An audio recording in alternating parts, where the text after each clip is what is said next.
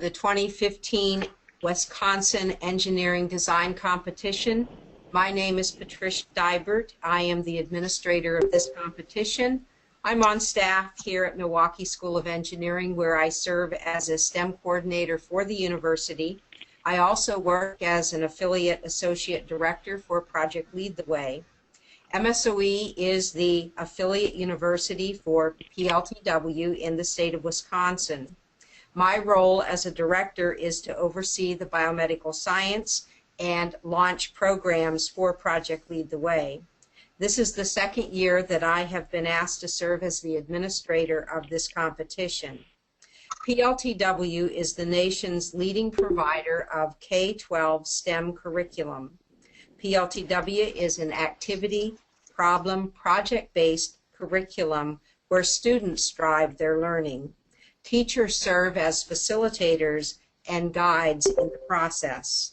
Students learn that struggle is part of the learning process and that failure is not a stumbling block but an opportunity to try again.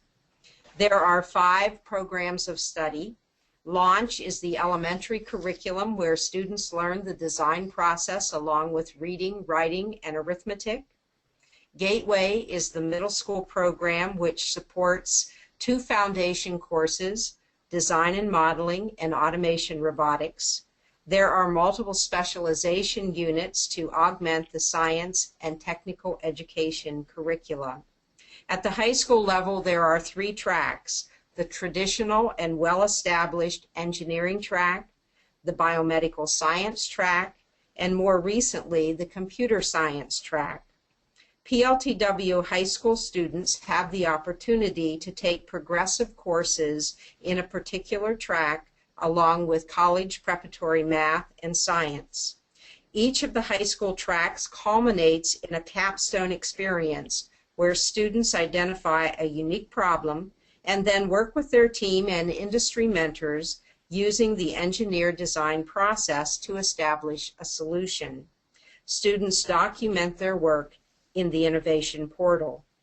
The Innovation Portal is not unique to PLTW.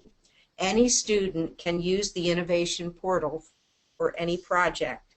The value is that the Innovation Portal provides a step-by-step documentation process that facilitates a design solution, and that brings your expertise to the table. I want to personally thank you for volunteering to be a judge in our competition for high school students across the state of Wisconsin. The competition is open to all biomedical innovation and engineering design and development students in the state of Wisconsin who are currently enrolled in one of the capstone courses.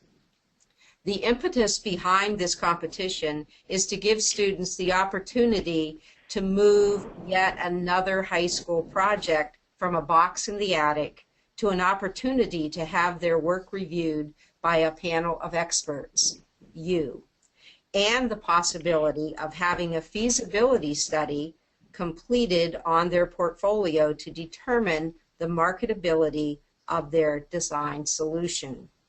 This competition has been generously financed by Rockwell Automation and supported by the Small Business Development Center and Wisconsin Innovation Service Center housed at UW-Whitewater under the leadership of Mr. Ronald Bud Gayhart.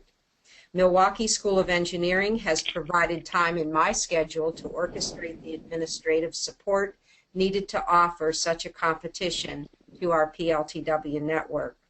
This year we have nearly 190 students registered representing 20 schools.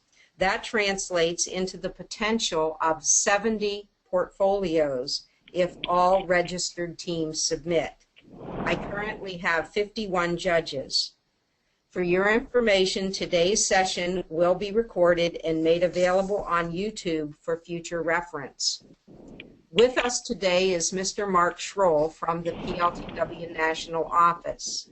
Mark has been very active in developing the Innovation Portal and can offer us some insight into the history. He will then walk us through the scoring rubric, which is embedded in the Innovation Portal where students have submitted their portfolios. The judging window is June 15 through July 15. I would ask that you judge the portfolios on how well the team has completed the elements of the rubric, not on the idea or problem. How well students document the design process of their problem solution is what I'm asking you to judge. Connected to your evaluation of how well a team has documented their work is scholarship money, as well as the opportunity for a feasibility study by the Wisconsin Innovation Service Center. The competition is based on documentation, not idea. This reflects how well the student team understands the documentation process. Upon completion of your work, I will tabulate the results and personally contact the top teams. This year, we will be recognizing our winners at a special ceremony on August 5th. The details are currently being defined. I will be inviting the top teams as well as extending an invitation to each of you to share in this special celebration. In an effort to keep this virtual science fair experience for you, our judges, I will ask Mark to upload the portfolios of the top teams to your bucket so you can review the work of those who have elevated to the top of this competition. Again, thank you for volunteering your time, and without further ado, let me turn control over to Mark. All right. Thanks, Pat. Can everybody hear me okay? I suppose that was a dangerous thing to yell into the void there, but just wanted to make sure you could. Yes. Thank you. Good. So this afternoon we have an agenda that looks something like this for you. We're going to give you a background of how to get connected to the competition if you haven't done so already. Many of you on the call have. I will go through that part quickly, but it is necessary for Pat to be able to distribute the portfolios to you. Pat mentioned a metaphor of buckets, and that's a very good one for this competition. We've given Pat a administrator's dashboard where she can accept portfolios from students and manage the scores and then redistribute them to judges. On your end, all we have to have you do is create your own Innovation Portal account, and once you do that, share the connection or the email that you used to create that account with Pat, and she'll send you an invitation and kind of link up the bucket. So Pat gets the big bucket where all the portfolios come into, and your own Innovation Portal account serves as the bucket that she will distribute the portfolios to, keeping them all contained that way. So a couple of things I wanted to mention also is we have the purpose of the training is to show you or demonstrate for you the interface that we have for you. So the analogy or the metaphor with a science fair is a very good one, with the exception that we've put this all online so that you can judge at your leisure. But many of the components would seem familiar. This is taking the place of showing up at a school or university, and then we're in the judges session now where you would be handed your clipboard and the assignments of the 3 or 4 projects that you would grade, the rubric sheets, and then we would send you out into the auditorium or the gymnasium to find your portfolios. It's another aspect of today. How do you access the portfolios that will be assigned to you? And then how do you access the score sheet, the rubric online, and how do you submit the scores back? So in a physical setting, you just return the paperwork back to a central location, and our system does something similar to that. So we'll demonstrate that whole interface for you. On this particular slide, I've also wanted to at least make a special note of the idea that the only technical issues we have, putting it online made it very nice to use. You'll be able to stop literally in the middle of a sentence if you need to, and log off your computer and take care of other issues, and then come back and pick up right where you left off, even at a different computer. As long as you have internet access, you can access your account and the reviews that you'll be doing. The only technical issue we've had, though, is that sometimes, especially at schools, sometimes the browsers that you're using, if you're Firefox, Safari, Chrome, that kind of thing, if they are several years out of date, the experience sometimes will not work for you because of the HTML5 coding needed in the background. So if that does happen, I just want to make special note, whenever you log into your account, our system will actually ping your whatever browser you're using, and if a yellow bar does appear at the top, we've tried to make it not too intrusive, but if a yellow bar appears at the top, there'll be a message inside it saying it appears your browser may be out of date, and here's how you update it. And that would be the only issue that we have experienced in several hundred judges looking at all of this. So just wanted to make that note. In terms of getting connected, just a quick review. To make your bucket, you simply go to innovationportal.org and register. A great story about that. The Air Force Academy had a bunch of students using this, and they diligently reported to me that the average time it took for their students to create an account was 3 minutes and 12 seconds. Why they needed to tell me that, I don't know, but it was lovely, and it shows the efficiency of the military institution. But registering is very easy. Just register for an account. The system will send you an email for verification. You click the verification link, and you're allowed to make your own password, and that's all there is to creating an account. That's step one. Step two would be once you're able to access your account, that Pat would need you to send an email to her saying, "This is the email that I used to create my account, Pat. Please send me an invitation." Pat will use that dashboard that I mentioned before, and she will copy and paste your email into the invitation functionality, and it'll send you a second email from the Innovation Portal saying you've been invited to be a judge, and you can accept or decline.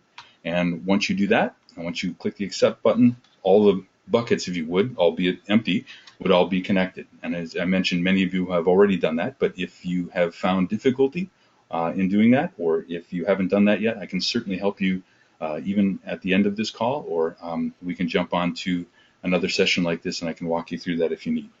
So that's the first thing Pat would need. This on the screen at the moment is a kind of a pictorial animation that I've created for you. I just wanted you to see what the system is doing. It's pretty straightforward, and then I'll jump over to the interface. But there are a couple judging notes here that I can use this graphic for.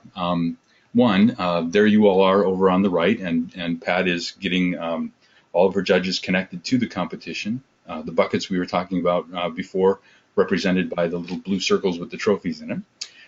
Over on the left are all the students who have been using the Innovation Portal to document and guide and build their projects. One note for judges that's very important is that the rubric that Pat mentioned, the same rubric and the same interface, the students have been using that from the very first day, and that's the same rubric you'll be using to grade the work, which is exactly how a rubric in education should be used. Telling the students up front what they'll be graded on, and then going through and using that rubric to grade them. So that's an important judge's note. The rubric, and also something I'll mention, the reflective questions, those have all been in front of the students since day one, and their mentors and their teachers.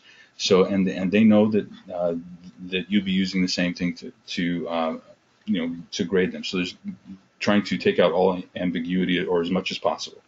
They also have something called scored examples that I will show you as a judge as well.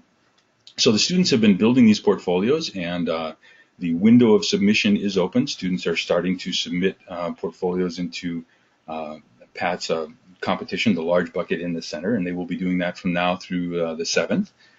If they are students true to form, 5 minutes before the competition window closes, 90% of the entries will come in, and that's always fun to watch. But they will submit between May 18th and June 7th, and it'll look something like this. As they start to submit their portfolios, Pat can watch them come in on her dashboard. But the point here for you as judges is that you won't get to see all of the portfolios coming in. When they're all in the large bucket or in the competition section, Pat will use the algorithm we've created for her in the back to distribute the portfolios randomly to all of you. And the algorithm basically says we want each of these portfolios graded exactly however many times Pat chooses, and for none of her judges to see the same portfolio twice, and it would look something like this. So the portfolios will be distributed into your accounts. Right now, if you use the system I'm about to show you, you can go to that area, but it will just say there are no judges or there are no portfolios yet for you to score. After the 7th, they'll be in there. One of the things Pat mentioned that I'd like to reiterate is that one of the downsides of possibly of putting the system online like this is that there you are as a judge and you only get to see the 3 portfolios in front of you. If we were in a gymnasium, even though you were assigned to 3 projects, you could still walk around and see what everybody else was doing.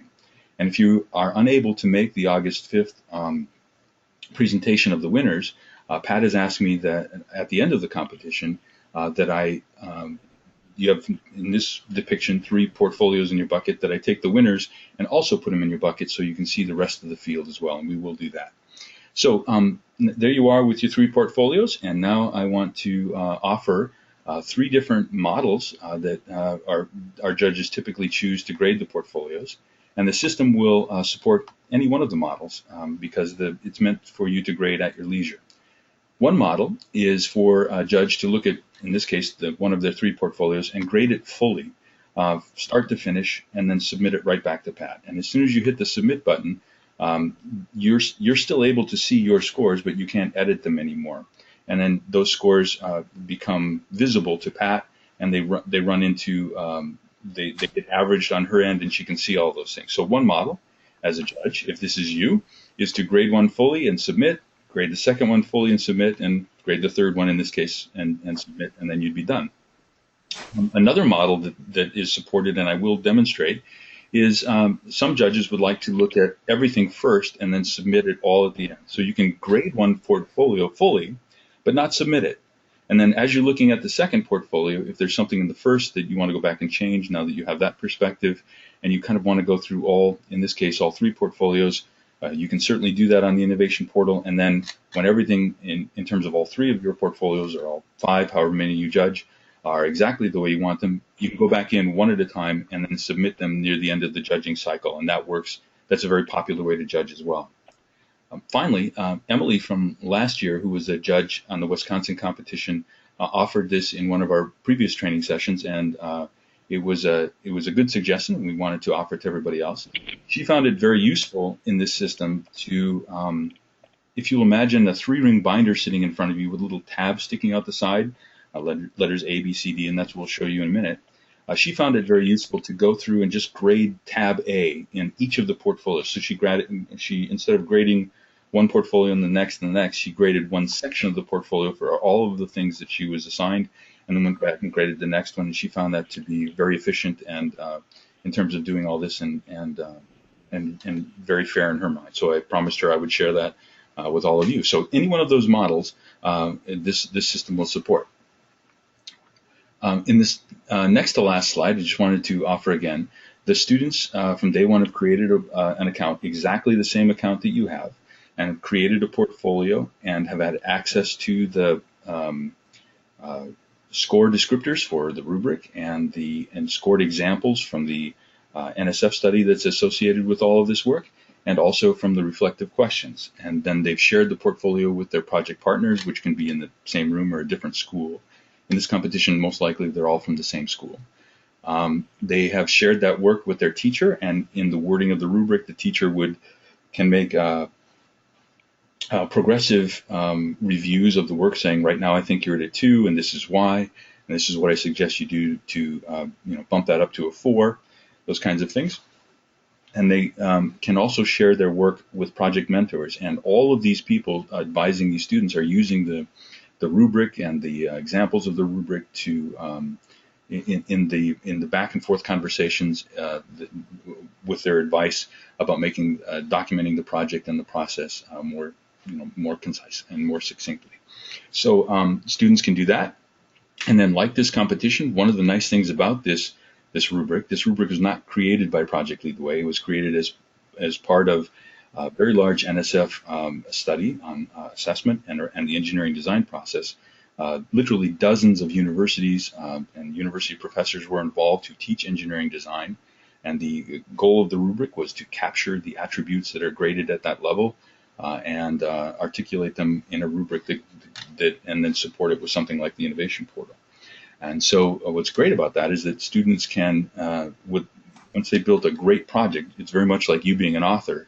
You don't change the book for different critics. You just submit the book to different critics.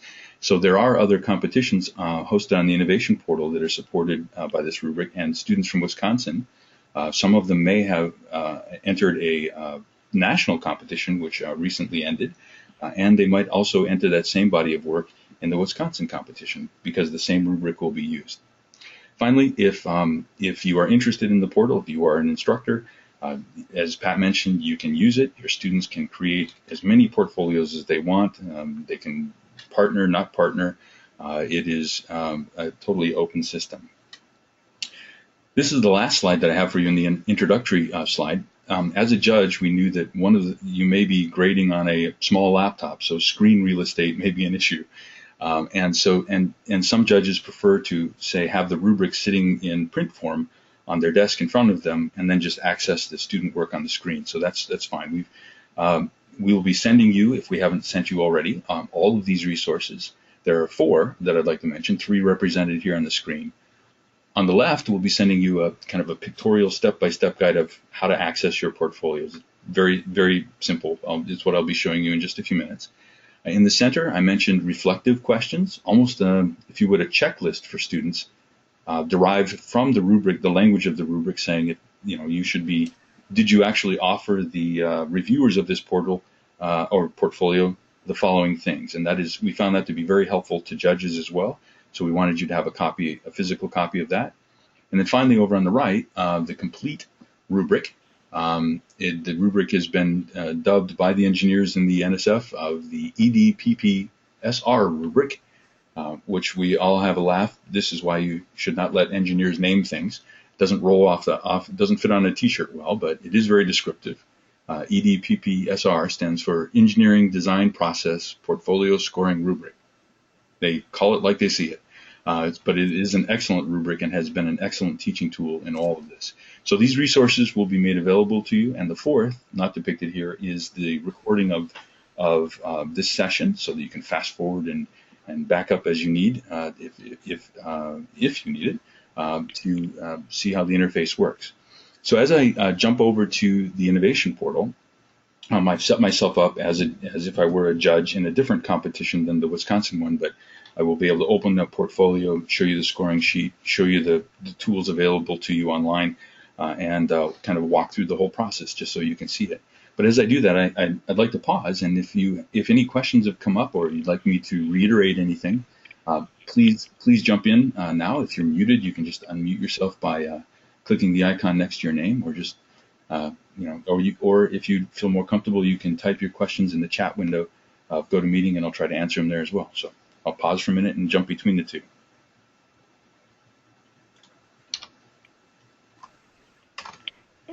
This is Kate Newmeyer.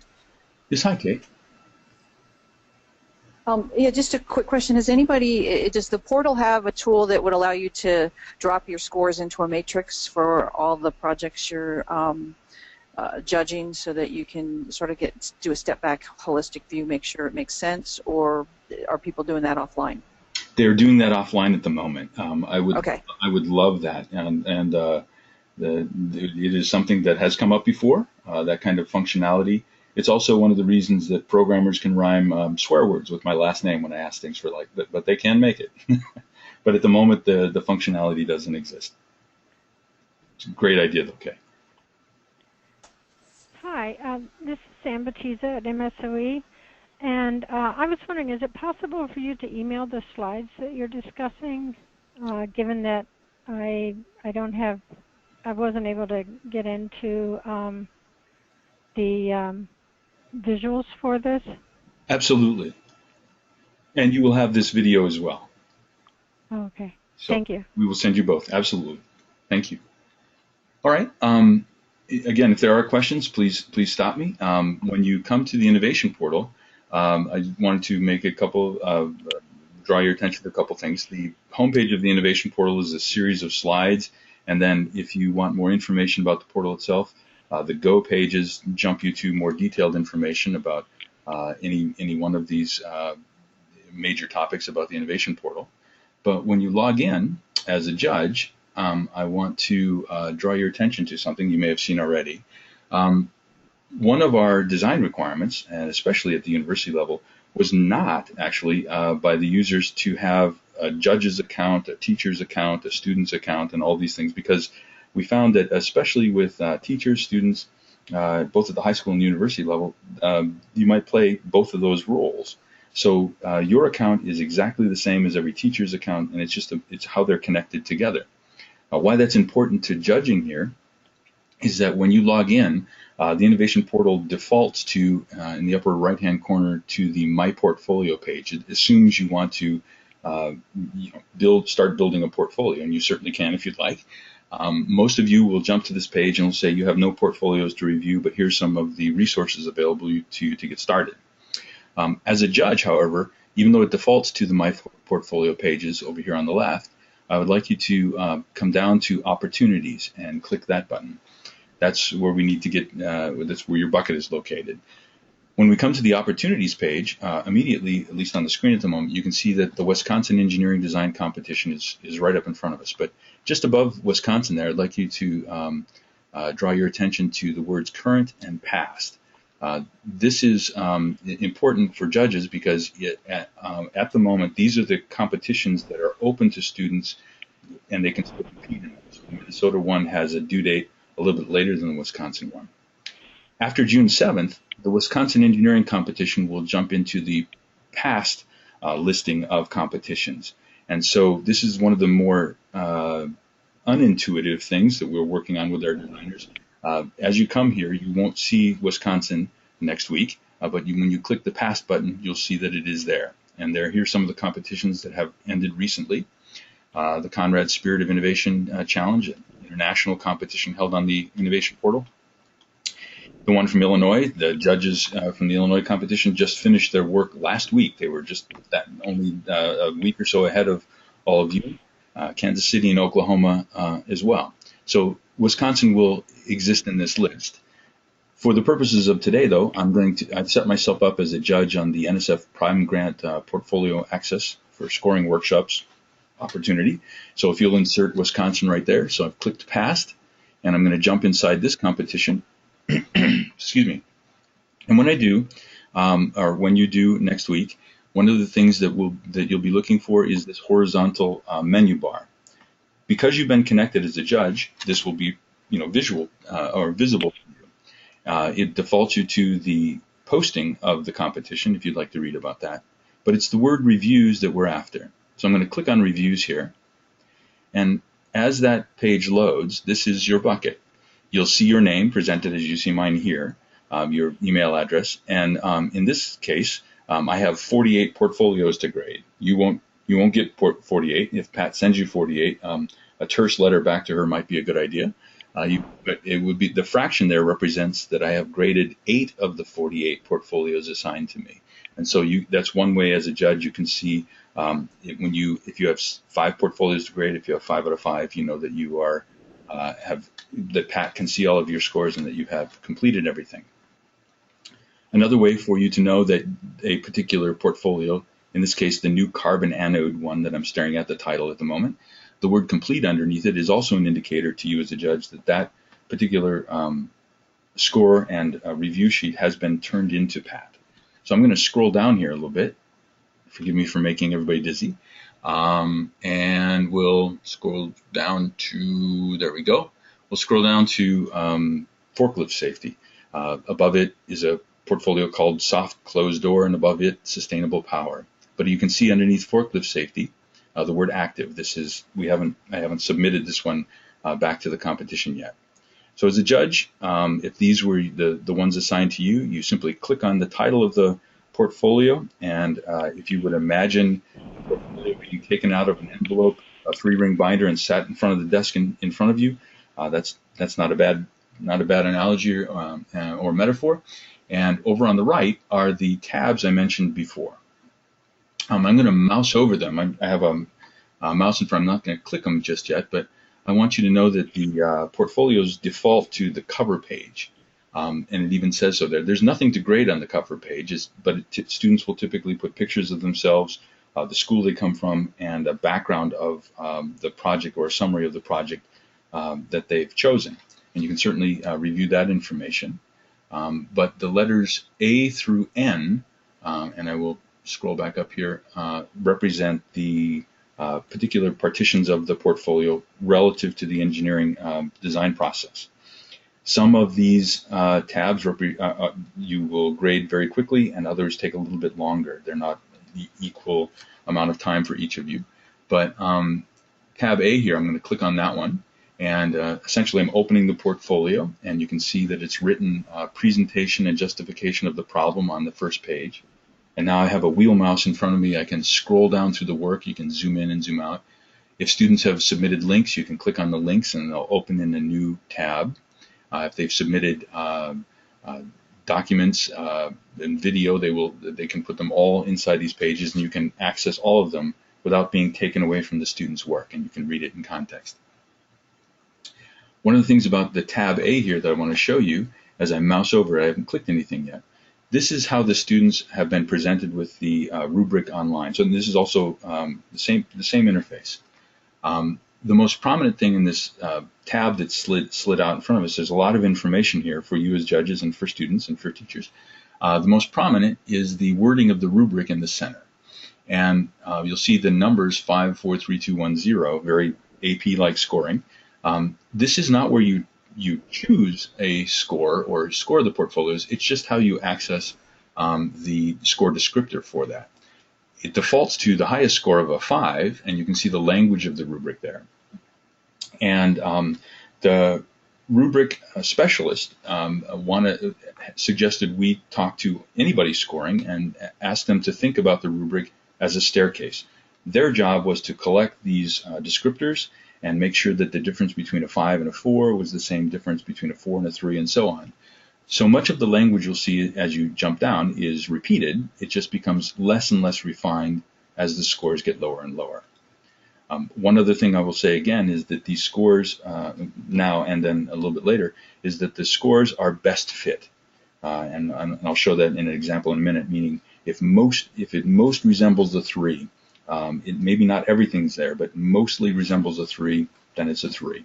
If it's just barely into a 4, the choice is yours.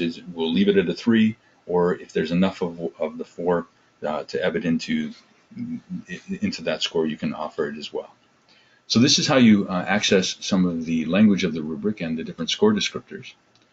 I also promised the Socratic questions, or the reflective questions, that the students could access, and we found that's very helpful for judges as well. You can access those questions right above the rubric where it says, did you offer the reviewers of this portfolio? There's a little down arrow, I'll click that. And there's bullet pointed questions, very much kind of like a checklist, that says, did you offer the reviewers of this portfolio these things? And if you did, and if you did that well, you're probably getting closer and closer to a 5. So this is what the students have seen, and this is also helpful to frame the rubric for judges as well. You can see the timely evidence, because we're trying to present and justify the problem. So is there evidence relatively timely, considering the problem statement that they've created, or is it a bit antiquated? Those kinds of things.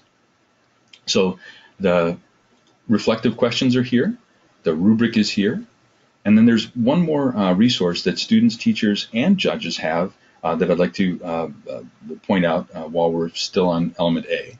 And that is below the rubric here where it says scored element examples. Over the course of the last 4 years, we have been, as part of the NSF grant, we've been taking portfolios with student permission, both from the collegiate level, the high school level, and the middle school level. And we pull those portfolios and redact all the identifiers to grade level or names, and then we put them in front of usually college, but business and industry professionals. This is for the inter-rater reliability studies on the rubric. And when dozens of people look at a particular example and say, this is, and they agree wholeheartedly that this is a 3, we take those examples and put them back on the innovation portal as scored examples to use as teaching tools and as kind of a touchstone to say, show me what in this case on the screen, what a 3 looks like. So I just wanted to, you don't have to use these, but we know that they are one more resource for judges. I'm going to go down here and open this up, but I'll draw your attention to the top of the screen. And again, you'll notice it doesn't take you away from the student's work. It just opens the example in a new tab. So I'll just open one up to show you what that looks like. And here it is in front of us. The information you get is a summary of what all of the reviewers who thought this was a 3 had to say. Why it's a 3, why it's not a 4, and why it's not a 2. This depiction is just where it fits in the attributes that of the entire design process represented here. Here's the entire text. Again, much of it is repeated, but for each of one of the score descriptors. And then you get down to the submission, when the student submitted this. This is you're looking at an older logo. Rubric and the process has not changed. To give context, I thought I love this particular project. This one has to do with living in the north and the idea that the LED stoplight, the LED light bulbs that have replaced the incandescent bulbs in stoplights, red, yellow, green, have caused a problem in the north. So they are saving the municipalities money in terms of it lasting longer and costing less to run, but they're costing them twice as much because when the temperature drops and you get sleet and snow, it turns out that the heat, the waste heat that the incandescent bulbs were giving off, produced enough heat to keep the lenses clear, to actually melt that snow. When you put an LED array in there, there's so little heat given off, effectively none, that all that snow and sleet accumulates and covers up the bulb, and accidents happen. So these students have submitted, and this is indicative of what you'll all see. They've submitted a summary of an article, what the article states, why it states it's a problem and worth doing. Again, this was in 2010 from the New York Times. There's one from the Chicago Tribune, 2009, where they're losing money and accidents are happening. I'll scroll down a little bit farther. Again, some more proof that justification that it's a problem worth solving, and it's still a problem. This group even submitted some testimony from interviews with professionals. There's a traffic engineer from Wisconsin that states they've tried 2 different products and nothing seems to be working yet. And then on down to another article and this one has I think a picture of the thing. So if you have an idea for this, it sounds like there is a house in Malibu waiting for you because this is I had no idea that this was such a large problem, but it is the job of the students to show you not only what the problem statement that they want to work on is, but why is it a problem worth pursuing. So these resources, this is again a 3, are available to you in that tab. So I'm going to close this for a moment, jump back to the student portfolio. And they're available for you in each one of these descriptors, again, if you need them. So I went kind of slow through A. I just wanted to show you that there's a lot of information in this tab that pulls out, and this is how you access it, one of the ways you access it online. If, again, you're working on a smaller screen, you can print out the rubric and kind of access the rubric that way. So this is how you access the resources for judges, the questions, the rubric, and the scored examples. One of the last things I want to show you is now how do I access the scoring sheet. So for letter A, or element A, as the rubric specialists call it, for presentation and justification of the problem, you get a special blue box in the lower right-hand corner. That, if you draw your attention down there, it looks like a pen quill. I'm going to click on that, and what it does is opens the scoring sheet on top of the student work. I have again a scrolling mouse here, and if you'd like to leave the scoring sheet up and read behind it, you can do that. Or you can close and open the scoring sheet over the top of the work at will. But this is where, as a judge, you choose your scores. The scores will all default to this question mark, and the question mark is valued at 0 if you don't score it. But I'll show you why that is a good icon for us later when we check our work. And then down here in the comment section where I've typed some gibberish, I'll type some more. It's not required that you make comments, but if you'd like to make comments, you certainly can about what you thought was good or what could have been better. And again, if I had to stop right now, there's no save button. The system has been saving every few microseconds. So if I got called away right now and had to close off my computer and log in on another computer, I could pick right up where I left off. So this is the comments for element A. if as we are accessing the scores, this is where I choose a score, but there's one more way for you to look at the rubric, and it's this little plus sign above each one of these numbers. It'll open what is lovingly known as the floating rubric. You can put that in front of you. And again, this is like sighting a gun, if you would. We're trying to narrow in on what's the best fit for what I've just read. So you can look at the descriptor for a 3, and we can look at the descriptor for a 2, and if we think, okay, the best fit here is a 3, definitely not a 4, I think it's a 3, I can close that rubric and choose a 3. And what you're looking at on the screen where I clicked the 3 over here and added my comments down here, like I said, it's already been saved. And that same process, as we go down through here, here's the use of math and science principles to help how did you make your decisions. In this case, this forklift team did the calculations for when the forklift is going up, how it changes the center of gravity and or in many cases, flips over the forklift, and they showed their work here. So as we look at element E, and we can access all of the same kinds of resources as a judge, if we look at that and say, okay, we think they've done a great job there, maybe we'll give them a 4. I'll just type in the letter E. I want to show you where you get to review all your comments just before you submit it to Pat. So we've just scored elements A and E, and I've, again, forgive me for going so slow, I just wanted to show you the interface. But as you walk through each of these sections of the design process, looking at prior solution attempts and finding out why they haven't worked, design requirements, the concept generation, and as you walk through the design process, even though this is very iterative, this is where the students were asked to document each of these parts of their project. I do want to bring your attention down to elements M and N, the last two. I'm going to click on M. When you get to M and N, these are holistic grades. It is our mistake that we didn't write something here. The students can't even submit something here if they wanted to. So the fact that nothing will show up in M and N, and when you read the rubric, it becomes a little bit more.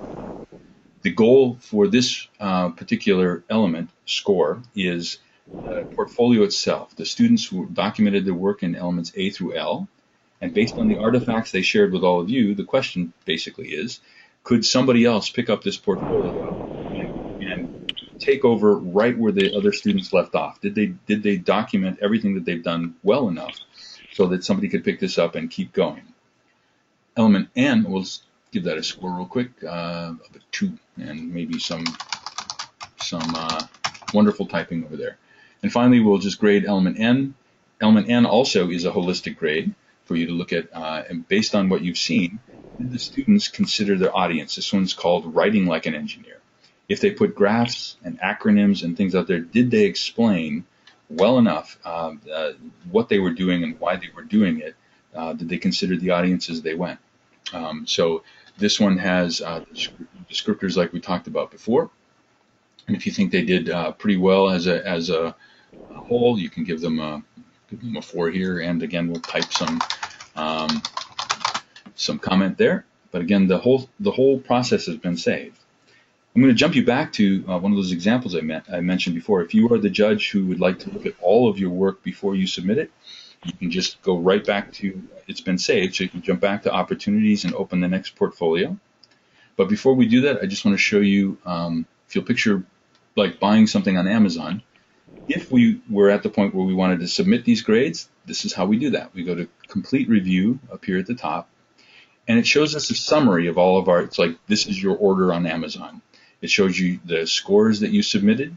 It shows any comments that you might have added. If there's a question mark, it's a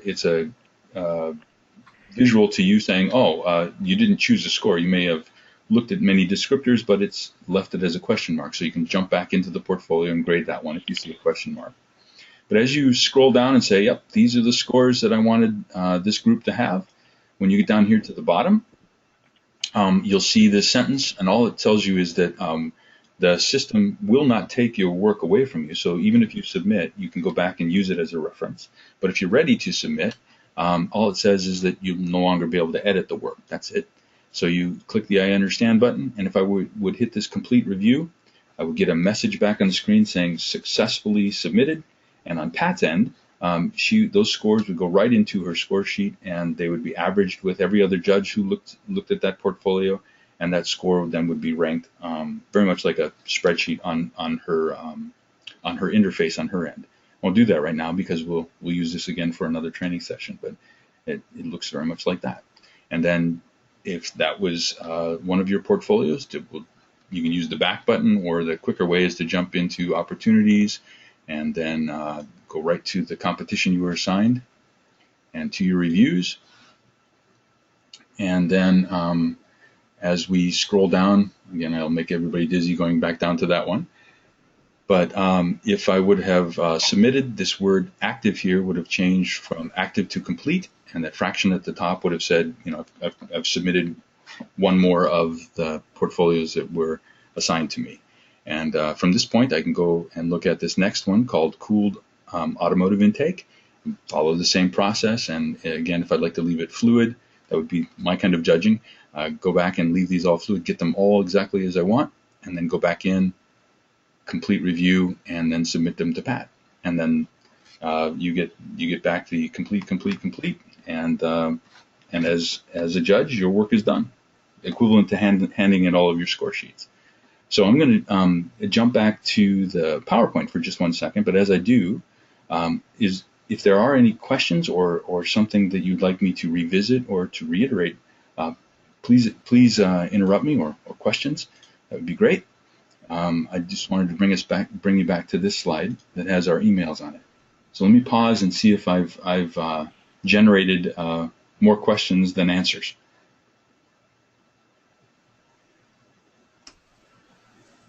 Oh, sorry. Mark, this is Gail. Did you get my question I chatted you to? Yes, I did. Oh, okay. Yep. Essentially, Gail's question is,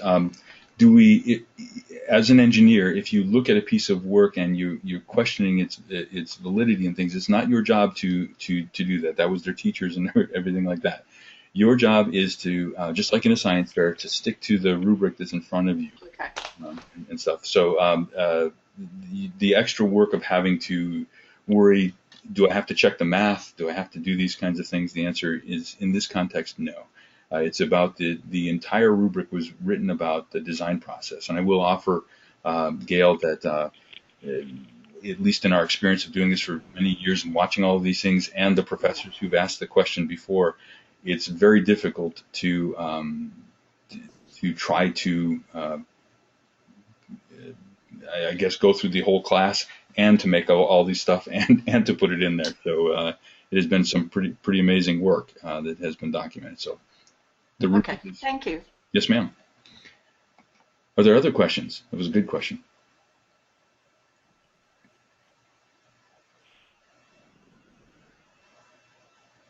All right, I do want to offer this. On the screen at the moment is my email address and also Pat's. If you have any questions about the rubric, about the technology, about accessing things or the resources, please email me and I will respond promptly. Pat and I will both be monitoring all of our emails and the competition for the entire judging window. So please don't hesitate to write us. If you have questions about the competition, about the August 5th event, where the winners will come and things like that, please direct those to Pat, or actually either way, whatever questions you have, email one of us and we'll make sure that you get the answers that you need.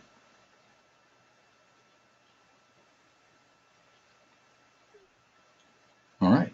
If in the interest of your time, I know we're a little bit early, but in the interest of your time, if this seemed to be pretty clear,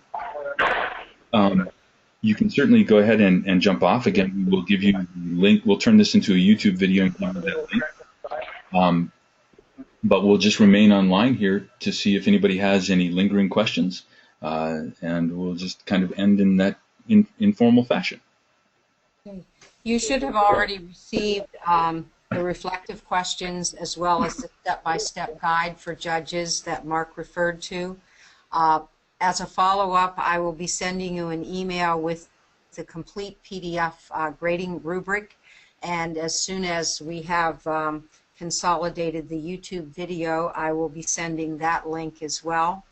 And then once we have portfolios in your bucket, I will send you a reminder email that you have work to do.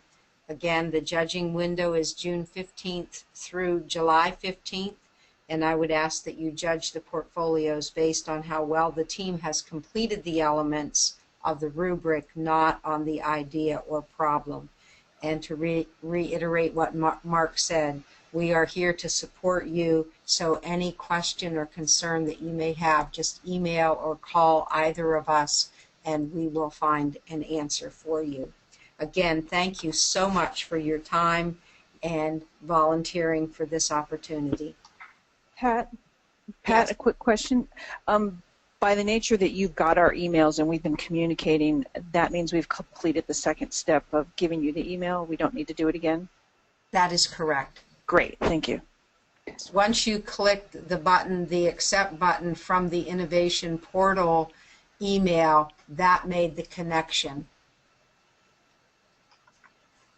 Thank you.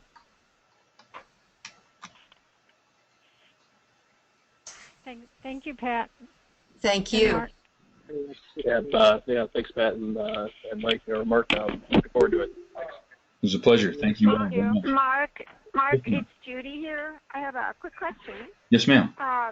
Great session. This was really good for me to experience, to understand what any of our corporate partners may be doing as judges. So very cool.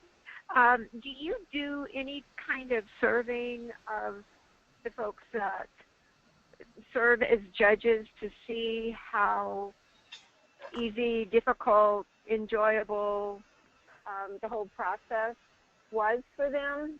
Have you done any of that, you or Patricia? Oh, I have an answer for that, actually. We haven't done it yet, but the researchers at the NSF, and your question is kind of scary and timely. About a week, Dr. Goldberg, who is the lead researcher, had created a survey specifically for that purpose, to ask, because she said all these judges are out there doing this work. They are they would be some of the best feedback in terms of the experience of using the rubric. So she had generated a 6-question survey that she sent me for review just 1 week ago, Judy. So that's Great. Okay. And last year, Judy, last year when I sent a thank you email to all my judges, I asked for feedback, and I Good. really got no negative feedback. It was all positive. That's wonderful. That's honestly that's what I would have expected, but that's wonderful. And then of course documenting and being able to deliver metrics is always incredibly important. And I know that there will come a time that my folks at Chevron, and then probably eventually at Lockheed Martin, when we get some Lockheed Martin folks to participate, but they're going to ask me for metrics. They're going to ask me for some type of reporting back, and that is going to be just perfect for what I can deliver to them, because I'm sure that Kay is going to talk to internally to her folks, to her colleagues, and share how she felt about the experience. But I'm always looking for a way to report back to our corporate partners so that they can continue their internal discussion around the shared value piece of this. So this is great. I'm really happy to hear that. So is that something you'll do for this judging session, for this whole, for competitions going forward? What does NSF have in mind? the NSF Prime grant that we were connected with was simply about refining and validating the rubric. This extra work came out of it because the researchers were so excited about the work. They wanted to keep looking at it. They said there's so much more data to gather. So she did this kind of on her own, saying we can take this and move forward with it. So there's 2 related NSF grants where that data that have just been issued, where that data may be helpful. That's terrific. Yeah. The other that's thing I good. can offer, Judy, is the last year I had 25 judges, and this year probably at least 20 of those 25 have returned to help me out again. So I think that speaks Oh, volumes. great. Yeah, that says a lot to me that it was worth their time and effort, and they want to do it again. That's terrific. Love it. Okay. Well, I'm going to be thrilled to be able This is Kay. to support you. Hey, this is Kagan, and related to metrics, as a judge, if the opportunity presents itself, I would love feedback after it's over to say, you know, I was in line with the benchmark judging, I was I graded higher, I graded lower than others. That I would like that kind of feedback if that's at all possible too. Spoken like a true engineer. Love it. I love it, Kay. Okay, I think we're hoping this year that with more intentional and a more formalized training session and emphasis on the design process and documentation that has been emphasized throughout the training, that we will find less divergence in the scoring. Last year, some of the scoring was just all over the board, and it was really hard. I tried to have every submission judged 5 times, and then we looked at throwing out the high and low because of the range. Okay. Well, if I'm open. If you notice any trends when I score, I would love the feedback. We can do, and we all that data comes in, so it's easy to grab, Kay. We can give that to you. Okay, great. Thank you. Absolutely. And Kay, I can assure you that anything that you didn't get that you want, Mark will probably turn himself inside out to get it to you. So. Oh, no worries. Thank you. Well, Okay. Mark, you know what? I've got that engineering brain, so I'm probably going to build a little matrix so I can keep track and make sure I'm consistently scoring, so I can neutralize it and send you an example once I'm Oh, done. you read my mind when you said. Oh, that would be great. Because I would love to hand that model to the programmers to say, you know, here's a working example of what we'd like to add. That would be lovely. Okay. Thank you. All right. Thank you. Hi, this is Dee. I can definitely tell that we have a bunch of people in industry who are very detail-oriented to that kind of stuff, so that's awesome. With the metrics and the rubric for neutralizing to make sure you're being consistent and stuff, I feel like I'm in heaven. Right up your alley, Dee. Excellent. Okay, I have to sign off. I'm getting ready to go into another meeting. So this has been terrific, and thank you so much. This is just such amazing